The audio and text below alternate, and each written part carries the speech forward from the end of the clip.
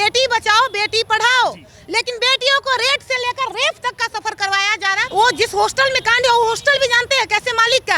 अरे जब लॉकडाउन के टाइम में उसको खाने के लिए पैसा नहीं था और आज के टाइम में वो इतने बड़े हॉस्टल खोल के बैठा है, कहाँ से लाया पैसा? प्रशासन ने पहले ही कह दिया कि किसी तरह का दुष्कर्म की घटना नहीं है, इन्होंने सुसाइड किया है। ऐसा लिए है ना, इसके दबाव में लग रही है। अच्छा क्यों वो सुसाइड क्यों? कैसी घर की लड़की थी, एक नॉर्मल घर की परिवार की बेटी है, वो सुसाइड क्यों करेगी? ये सरकार पूरी तरह से बैठ गई है, कुछ करने का मन इनसे सवाल करिए तो हिंदू मुस्लिम मंदिर मस्जिद यही में फंसा के उल्टा के आपको रख दी। सरकार पे हमको भरोसे नहीं है, खुद हमको नरेंद्र मोदी पे भरोसा नहीं है तो सर पे भरोसा नहीं, मोदी जी पे भरोसा नहीं है भैया, कैसे भरोसा करे भैया? हम तो कहे ना, अगर मेरा कमल पे बटन दबा जाएगा ना जिस दिन उस दिन।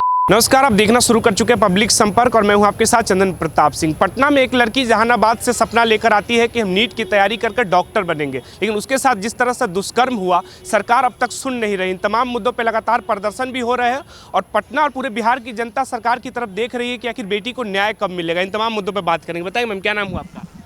बिहार वीरांगना दीपिका। अभी जिस तरह की घटना हुई उस घटना को लेकर आप क्या सोचती है सरकार को लेकर? ये सरकार को लेकर सोचना क्या है, सरकार को तो एट ए टाइम एक्शन लेना चाहिए। जिस सरकार ने ये रातों रात नोटबंदी करवाते हैं, रातों रात लॉकडाउन करवाते हैं, तो फिर रातों रात फांसी का सजा क्यों नहीं ऐसे अपराधियों को देते हैं? फांसी मिलना चाहिए। बिल्कुल, इसका कोई इलाज ही नहीं है, फांसी मिलना चाहिए इसको। अगर उनसे नहीं होता है तो हम लोगों को हवाले कर दीजिए ना, बीच चौराहे पे वो हाल करेंगे उसका कि याद रखेगा सदियों तक कोई रेपिस्ट की किसी लड़की के साथ गलत करने से। तो इसमें सरकार की नाकामी है। जिस सम्राट चौधरी ने गृह मंत्रालय संभाले हुए, पूरी पुलिस प्रशासन उनके मतलब अंदर है, फिर भी आज क्या मजबूरी है उनकी जो ये चीजें लगातार मतलब आगे बढ़ रहा है, ना किसी पर कोई एक्शन हो रहा है, ना कोई उसके माँ बाप पे क्या बीत रहा होगा, समझ रहे हैं? जिस माँ बाप ने आधी रोटी खा के अपने पेट काट के अपने बेटियों को शहर भेजते हैं पढ़ने के लिए, वो लड़की एक सपना लेके आती है कि हम नेट का एग्जाम देंगे, कुछ बनेंगे, उस लड़कियों के साथ आज गलत हो गया और इस दुनिया में नहीं है, तो हमारी सरकार को शर्म आनी चाहिए, चूड़ी पहन लेना चाहिए कि उन्हीं वही कहते हैं, वही हमारे सरकार का नारा है कि बेटी बचाओ बेटी पढ़ाओ, लेकिन बेटियों को रेट से लेकर रेप तक का सफर करवाया जा रहा है, फिर भी हमारा सरकार चुप बैठी है।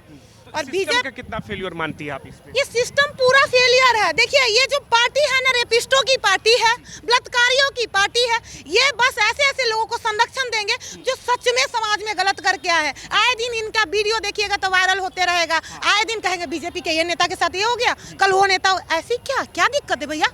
मजबूरी क्या है आपकी? आप ऐसे लोगों को संरक्षण कैसे दे सकते हैं, गुंडा मवालियों को? यही सम्राट चौधरी हमारे जब मतलब कहते हैं कि हम रातों रात अगर हमारे बहन बेटियों को कुछ होता है तो एक्शन लेंगे। बुलडोजर चलवाने से हो गया फुर्सत आपको गरीबों के घर पे? तो अगर हो गया तो इस समाज के बहन बेटियों को बचाइए। उनके इज्जत के साथ, उनके आबरू के साथ लगातार खेला जा रहा है और फिर भी आप चुप है। तो सिस्टम हमारा बहुत नीचे गिर गया हुआ है, क्रॉफ्ट हो गया हुआ है, बिक गया है। ये पुलिस प्रशासन को ऐसे लोगों ने खरीद चुका है और पुलिस प्रशासन कैसे, क्या उनके घर में बहन बेटियों नहीं है? आए दिन ये क्या हो रहा है हमारे समाज को, कहाँ जा रहा है समाज? बेटियां सच में सुरक्षित नहीं है। नीतीश कुमार से मैं पूछना चाहती हूँ कि आप कहते हैं कि बेटी बचाओ बेटी पढ़ाओ, तो सच में आपके समाज की बहन बेटियां सुरक्षित है? बिहार की बेटी कहीं सुरक्षित नहीं है। सरकार पूरी तरह से फेलियर लगती है आपको? बिल्कुल, सरकार बिल्कुल फेलियर है इस मामले में। इनको इस पर थोड़ा सा कानूनी कार्रवाई करना चाहिए, ऐसे लोगों को सजा दे। वो जिस हॉस्टल में कांड है वो हॉस्टल भी जानते हैं कैसे मालिक का। अरे जब लॉकडाउन के टाइम में उसको खाने के लिए पैसा नहीं था और आज के टाइम में वो इतने बड़े हॉस्टल खोल के बैठा है, कहाँ से लाया पैसा? उस हॉस्टल पे बुलडोजर चलना चाहिए। चला क्यों नहीं अभी तक बुलडोजर? क्या हमारी सरकार करप्ट है, हमारी सिस्टम कमजोर है, इसी वजह से नहीं चला है। अब हमारी सरकार हाथ में हाथ धर के बैठी हुई है, मजबूरी है।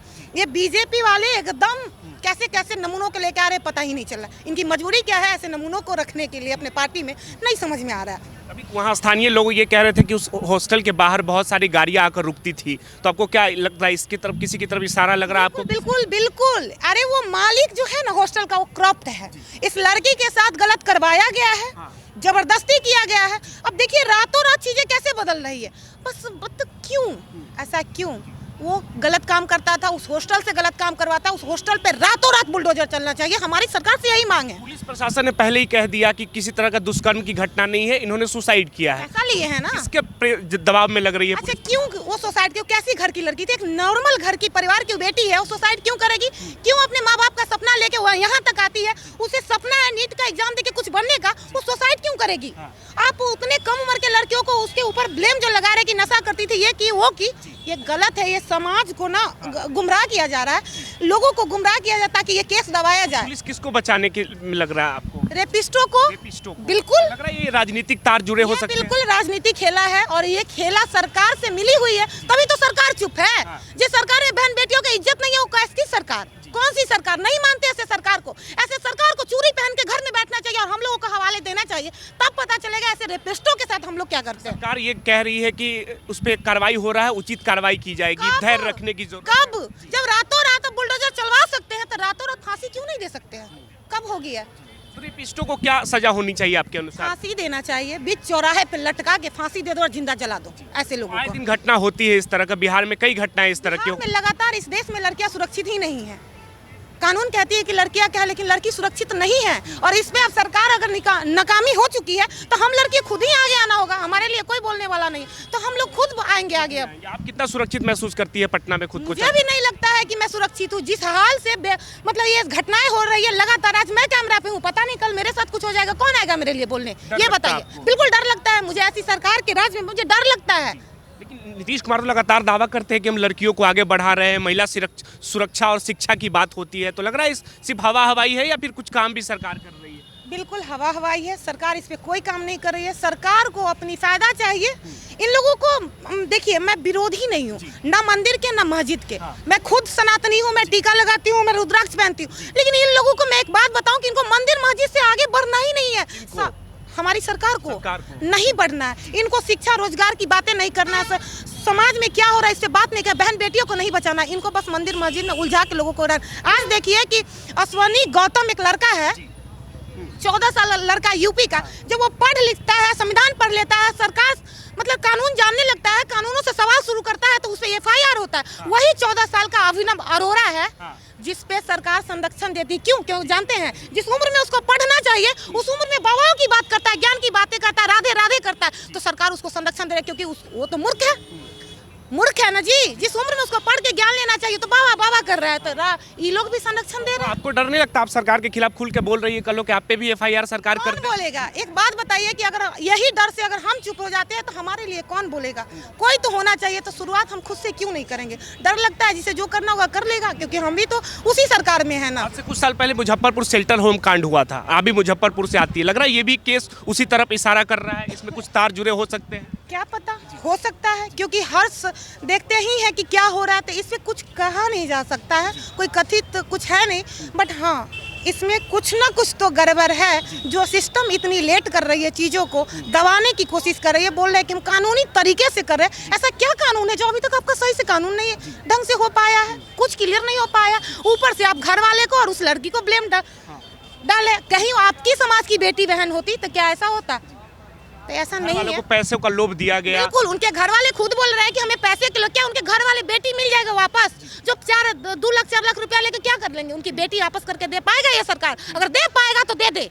अस्पताल वाले भी जिस तरह से केस को बदल दिए, कह रहे थे इस तरह का कोई असोल्ट नहीं हुआ किसी तरह का, तो इसमें भी लग रहा है कि अस्पताल सब लोग मिला हुआ है, ये सिस्टम पूरा क्रॉप्ट हो चुकी है, पूरे लोग मिलके एक ये क्या होता है गुट बना के, और ये लोग पैसा खा के ये सारी चीजों को दबाने की कोशिश कर रही है। मतलब ये सच्चाई दब चुका है। मुझे लगता है कि जो लोग प्रोटेक्ट कर रहे हैं, ये सब होना चाहिए। क्या मांग कर रही हैं आप सरकार से, क्या होना चाहिए इस केस में? फांसी होना चाहिए, जल्द से जल्द फांसी होना चाहिए वैसे रेपिस्टों को, ताकि लोग देख सके कि ऐसा हमारी सरकार सच में एक्शन ले रही है। जिस सरकार ने मतलब जिस चीज़ों को वोट लेकर वादा किया था कि जब समाज में गलत होगा तो हम आपके साथ हैं, तो वो पूरा करे सब। और भी लोग इनसे बात कर, बताइए भैया क्या नाम हुआ आपका? मेरा नाम राहुल कुमार हुआ। अभी जिस तरह से घटना हुई जहानाबाद की बेटी के साथ, इस पे क्या सोचते हैं आप? देखिए भैया, बीजेपी का पूरा नाम ही है बलात्कारी जनता पार्टी। इसमें भाजपा कहाँ है? इसमें तो जिस तरह से अभी तो जांच ही चल रही है।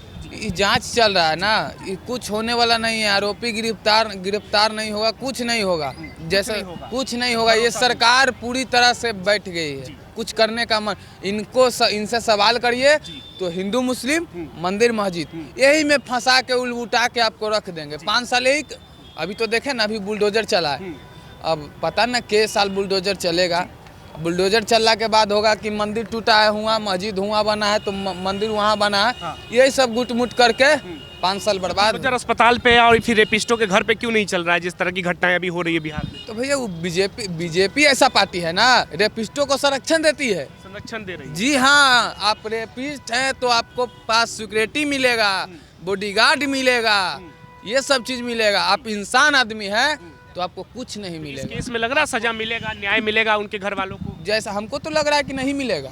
भरोसा नहीं है। नहीं, सरकार पे हमको भरोसे नहीं है, खुद हमको नरेंद्र मोदी पे भरोसा नहीं है। तो सर पे भरोसा नहीं। मोदी जी पे भरोसा नहीं है भैया, कैसे भरोसा करे? हम शुरू बार भरोसा किए थे, बोले थे कि भाइयों एवं बहनों, हम कहे हाँ बोलिए मोदी जी, तो हर साल 2-2 करोड़ नौकरी, हम कहे चलिए। फिर बोले कि हर गरीबों को 15 लाख। भाई सब क्या है, अब बोल देते हैं, उन्हीं का नेता कहते कि तो जुमला है, तो जुमलाबाजी जनता से करिएगा। कभी मोदी जी ये बोले हैं कि हाँ हम फलाना जगह बिहार में कोई भी जिला में स्कूल खुलवाएंगे, कॉलेज खुलवाएंगे, खेल परिसर बनवाएंगे, ये सब पे बात नहीं करना है। तो सम्राट चौधरी जो भी बुलडोजर चलवा रहे थे, ये क्यों नहीं अभी एक्शन में लिख रहे थे? तो बिहार के योग बिहार में वो नया कहावत आया, आइए ना हमारा बिहार में वोट देंगे 10,000 में। अच्छा, बिहार में कहावत है। आइए ना हमारा बिहार में वोट देंगे 10,000 में। तो 10,000 लिया था ना भैया, देखिए हम दिल से अगर खुल के बताते ना, तो जो 10,000 लिया था ना, वो सोचा कि भाई 10,000 तो मिल गया, अब सिलाई एगो मशीन ले लेंगे। लेडीज लोग सोचिए, सिलाई मशीन ले लेंगे, घर में अपना बैठ के आराम से कपड़ा सिलाई करते रहेंगे। तो उनको पता नहीं था कि 10,000 मिला है ना, जो पति को टिकट कटवाइए और गुजरात का लोहा कंपनी में भेजिए, इसीलिए 10,000 मिला था। अब महिला लोग खुश कि बाप रे बाप, हमरा दे दिलन नीतीश कुमार 10,000। और जब घर टूटने लगा तो कहा कि सही कहलखिन तेजस्वी भैया, उस समय आँख खुला कि तेजस्वी यादव सही कह रहे थे। तो यही एक दिमाग होता है ना, वो सब चीज़ सोचे नहीं। और ऐसा ही भैया हम तो कहे ना, अगर मेरा कमल पे बटन दबा जाएगा ना जिस दिन, उस दिन और ही से काट के हटा दे। कमल से क्या दिक्कत है? बहुत नफरत है भैया। नफरत है कमल से। क्यों नफरत है? क्योंकि रेपिस्टों को संरक्षण देते हैं।